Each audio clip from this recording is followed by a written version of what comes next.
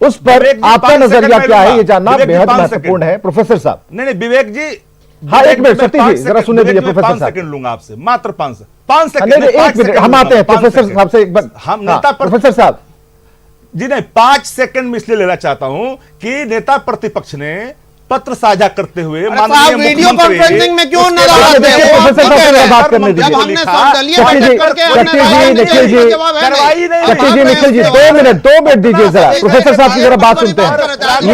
ये जो flood management वाली जो बात निकली तो जानना जरूरी है। हाँ प्रोफेसर साहब अपनी बात रखिए जी।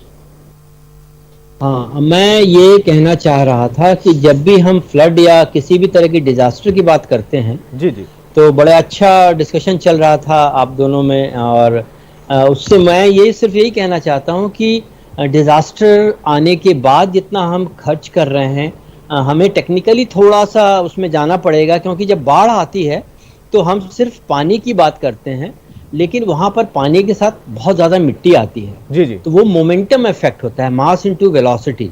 एक छोटा सा उदाहरण है, हाथी ऊपर से गिरेगा और चूहा गिरेगा तो हाथी का इफेक्ट बहुत ज्यादा हो। तो ये बहुत जरूरी है कि हम मोमेंटम देखें, और इसी वजह से चाहे तटबंध टूटें या फिर कहीं रोड अप्रोच रोड में प्रॉब्लम आ जाए, तो इसलिए बहुत जरूरी है कि हम उस बारे में प्रॉपर नॉलेज रखें और प्रिवेंटिव मेजर्स, रिडक्शन कैसे उसको कम करें, कैसे उसको बचाव का कार्य करें जिससे कि ये स्थिति ना आए। इसलिए टेक्निकली इसके बारे में पूरा जानना बहुत ज़रूरी होता है। नदी को पहचाना जैसे हमारा शरीर है वैसे ही नदी भी है, और नदी और शरीर में कोई अंतर नहीं है। यदि हम अपनी दवाई खाते हैं, जो भी काम करते हैं, तो प्रोफेसर साहब आपको ऐसा लगता है कि इतने दिनों बाद सरकार इसे पहचानने में सरकार को काफी देर हो गई या अभी तक नहीं समझ पाई है कि नदियों की जो धारा है या फिर शरीर के उदाहरण को लेकर आप जिस तरह से इसे स्थापित करने की कोशिश कर रहे हैं, तो यहां पर कहीं ना कहीं सरकार कमजोर रही है समझ पाने में?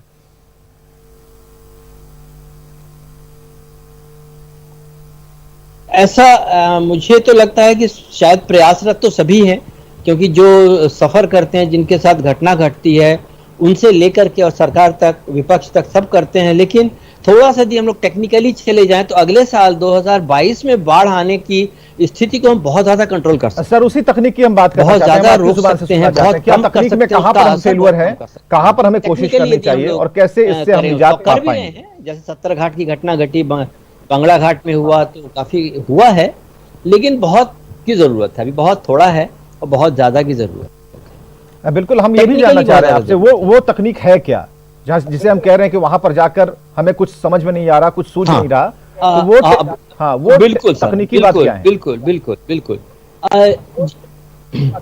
जैसे एक छोटा सा उदाहरण में कोसी या गंडक का लेता हूं। जब हम रोड पर जाते हैं, जब टर्निंग आती है, जो पहाड़ों में जाते हैं, मोड़ आता है, तो उस तरफ से रोड उठा देते हैं हम लोग, है ना। और जिससे क्योंकि उसमें फिजिक्स लगाते हैं कि सेंटर ऑफ ग्रेविटी मेंटेन रहे, हम सेंट्रीफ्यूगल फोर्स से खाई में न चले जाएं। लेकिन नदी में ऐसा नहीं होता है। नदी में जब पानी ऐसे किनारे पर टकराती है, जैसे गांधी घाट है पटना का, वो कॉन्केव साइड में है, पानी आता है, टकराता है, नीचे से मिट्टी ले जाकर के दूसरी तरफ डिपॉजिट कर देता है। और एक दिन सुबह हम देखते हैं कि वो वहां पर जो पेड़ था, मंदिर था, वो पानी में चला गया। वो एक दिन में नहीं गया पानी, क्योंकि वहां सुपर एलिवेशन हमने नहीं दिया। वो पानी गया, टकराया, नीचे की मिट्टी लेके आया, और दूसरी तरफ आपको दिखेगा डिपॉजिट्स।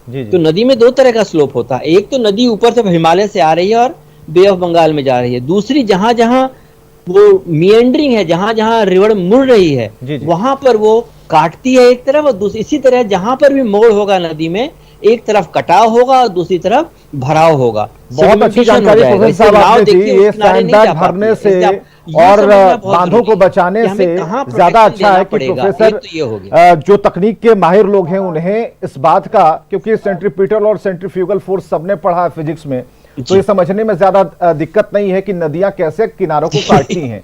तो जब अगर प्रोफेसर रमाकर झा ये बता रहे हैं कि कैसे काम करना होगा, तो बुद्धि ले लेने में क्या दिक्कत है? पैसे थोड़ी लगते हैं, और ऐसे में अगर काम बढ़िया हो जाए। लेकिन सवाल अभी भी लाजमी है, बिल्कुल बुद्धि लेने के लिए इसे इनकार नहीं किया जा सकता।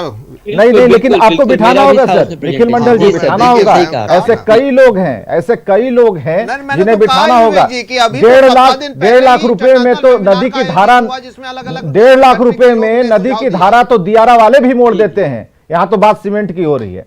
तो इस पर चर्चा बराबर जारी रहेगी जब तक ये बाढ़ है। बाढ़ में हम लोग सब लोग मिलजुल कर रहे हैं, पक्ष हो विपक्ष हो, प्रोफेसर हो साइंटिस्ट हो, सभी लोग को मिलकर आगे बढ़ना। बहुत बहुत धन्यवाद, शुक्रिया आप लोग इस चर्चा में शामिल हुए इसके लिए, और खबरें लगातार जारी हैं।